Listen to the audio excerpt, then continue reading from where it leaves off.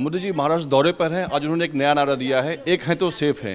हमारे साथ हैं अलका लांबा जी। अलका जी, क्या कहेंगी? मोदी जी ने नारा दिया है, एक है तो सेफ है।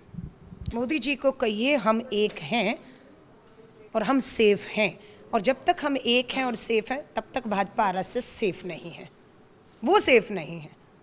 हम तो एकता में अनेकता का नारा देते आए, सदियों से सुना है ना। जातियां अलग, धर्म अलग, भाषा अलग, खाना पहनावा संस्कृति तो हर अलग है पूरे देश के, लेकिन एकता तो हमारे में आज भी है।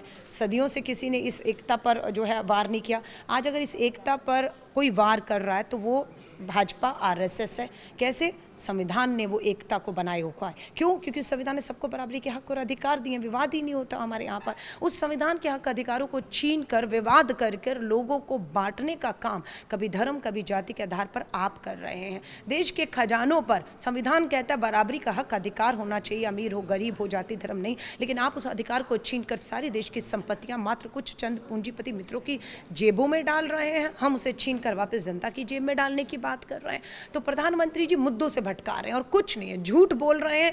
ट्वीट किया झूठ बोल कर कि कांग्रेस ने अपनी सरकारों में गारंटी नहीं की, बाद में झूठ वापस लेना पड़ा ना। ट्वीट प्रधानमंत्री जी क्यों डिलीट किया आपने? हाँ, क्योंकि आपको पता है आप झूठ बोल रहे हैं और झूठ आपका बिकेगा नहीं, क्योंकि हम लगातार सतर्क होकर आपके झूठ का पीछा करके लोगों के सामने आपको बेनकाब करके सच्चाई लाने का काम कर रहे हैं। बीजेपी की जो सहयोगी पार्टी है एनसीपी, उनके अध्यक्ष अजित पवार जी ने कहा है कि जो नारा है बटेंगे तो कटेंगे, ये नारा यहाँ नहीं चलेगा। जो योगी जी ने दिया है वो सिर्फ यूपी में चलेगा। उससे लेकर आप क्या बोलना चाहेंगे? अच्छी बात है ना, एक ही पार्टी में एक ही गठबंधन के दो नेता नारे देकर एक दूसरे को जवाब दे रहे हैं, बेहतर। मैं तो कह रही हूँ हमारा जो लड़ाई है वो महाराष्ट्र की जनता के लिए है और इनकी लड़ाई आपस की है। विचार ही नहीं मिल रहे इनके। तो कोई कहता है लाउड स्पीकर बंद कराऊंगा, कोई नवाब मलिक कहता है 4 लाउड स्पीकर और लगाऊंगा, वो कहते हैं हम बटेंगे तो कटेंगे, वो कह रहा है एनसीपी में लेना। तो ये आपस में उलझने दीजिए। इन्हें समझ नहीं आ रहा कि महाराष्ट्र का चुनाव मुद्दों पर हो रहा है। मुद्दा महंगाई, बेरोजगारी, किसान है हमारा, महिलाओं के लिए सुरक्षा है,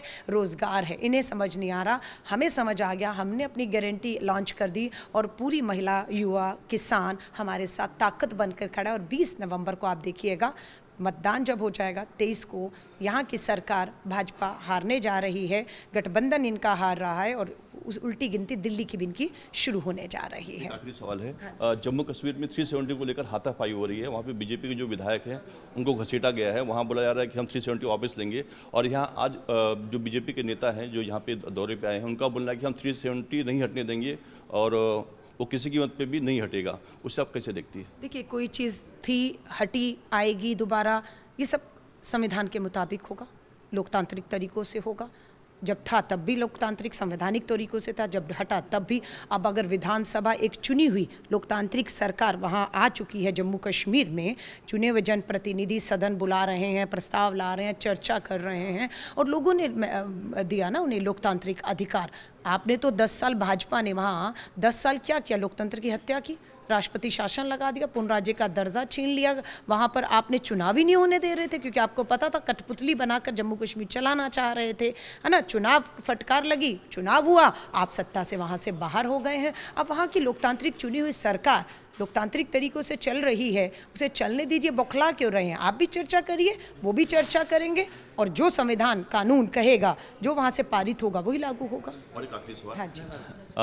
बीजेपी का आरोप है कि हमने लाड़की बहन योजना में 1500 रुपये दिए। वही कांग्रेस बोलते थे इसके फंड कहाँ से आएंगे, इसके पैसे कहाँ से आएंगे, ये योजना कैसे लागू करेंगे। लेकिन कांग्रेस अब 3000 रुपये दे रही है और उनका आरोप है कि कांग्रेस अब कहाँ से पैसे लाएगी, जो कांग्रेस हमें नसीहत दे रही थी।